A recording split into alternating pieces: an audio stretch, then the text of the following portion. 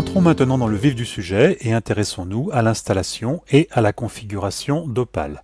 Pour cela, rendons-nous sur le site internet de Scénari que nous avons déjà visité et à partir de la page d'accueil, sur la gauche, on peut voir que l'on a accès à une page de téléchargement. Sur cette page, on vous demande le type de téléchargement que vous souhaitez. Dans notre cas, ce sont les chaînes auditoriales qui nous intéressent, en français. Puis vous choisissez votre système d'exploitation, Windows, Linux, Mac, puis la version la plus stable. La page vous propose alors deux téléchargements possibles concernant Opal, une version disons classique et une version Line qui est plutôt axée sur l'audio. Nous, c'est la version classique qui nous intéresse. Si on clique dessus, nous arrivons à cette page qui, elle, nous propose deux choix possibles, soit la version Opal autonome, soit la version Opal sous forme de pack à intégrer au sein de Scénari Chaîne. C'est donc la version autonome que nous allons choisir et nous pouvons lancer le téléchargement qui va se faire soit dans le fichier par défaut, soit en vous demandant de choisir un fichier suivant comment est configuré votre navigateur. Dans mon cas, je vais devoir choisir le fichier, par exemple dans mes documents, j'enregistre et je peux suivre l'avancée du téléchargement sur l'icône qui se trouve ici au niveau de Firefox. Suivant votre liaison internet, le téléchargement est plus ou moins long, mais avec la magie du montage, dans mon cas, ça va relativement vite.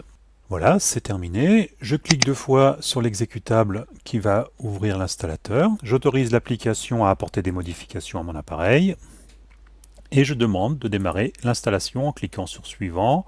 J'accepte la licence, je clique sur Suivant. Il m'est proposé un répertoire par défaut pour le dossier d'installation. Je peux l'accepter ou le changer en cliquant sur Parcourir. J'accepte l'option qui m'est ensuite donnée.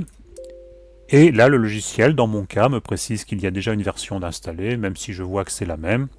Je lui demande de mettre à jour. Et l'installation va commencer par la désinstallation de la version précédente, avant de continuer par l'installation de la nouvelle version. Et toujours avec la magie du montage, ça va relativement vite. L'installateur me propose de lancer le logiciel, ce que je valide en cliquant sur Fermer. Le logiciel Opal vient de s'ouvrir. Je vais le mettre en grand écran. Et je vois que je suis sur un premier onglet d'accueil où on me reprécise les fonctionnalités d'Opal. Ce qui va moi m'intéresser, c'est l'onglet Atelier.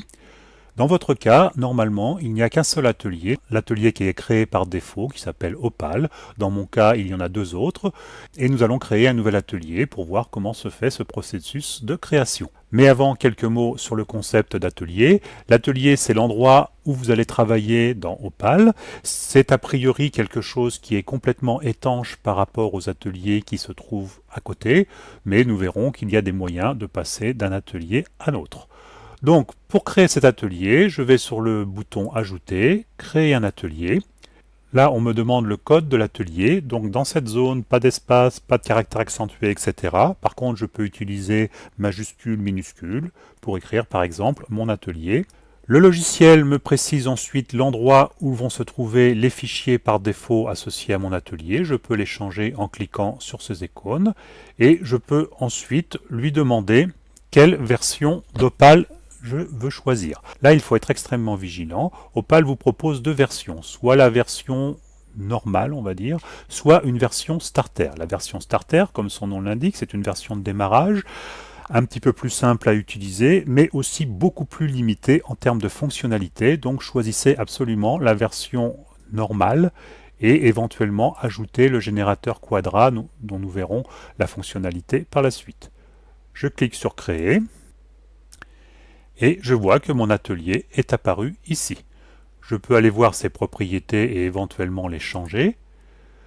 Donc je peux noter l'endroit où va se trouver mes fichiers associés à cet atelier et je peux également vérifier dans les propriétés que c'est bien la version normale d'Opal et non pas la version starter qui a été choisie.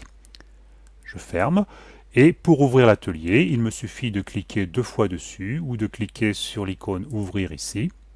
Et voilà, mon atelier s'ouvre. Dans la prochaine vidéo, nous verrons ce que nous pourrons faire avec cet atelier. Pour l'instant, nous allons simplement le fermer en cliquant sur le menu Atelier, puis fermer cet atelier, et je suis revenu dans la configuration précédente. C'est terminé pour cette vidéo, à bientôt.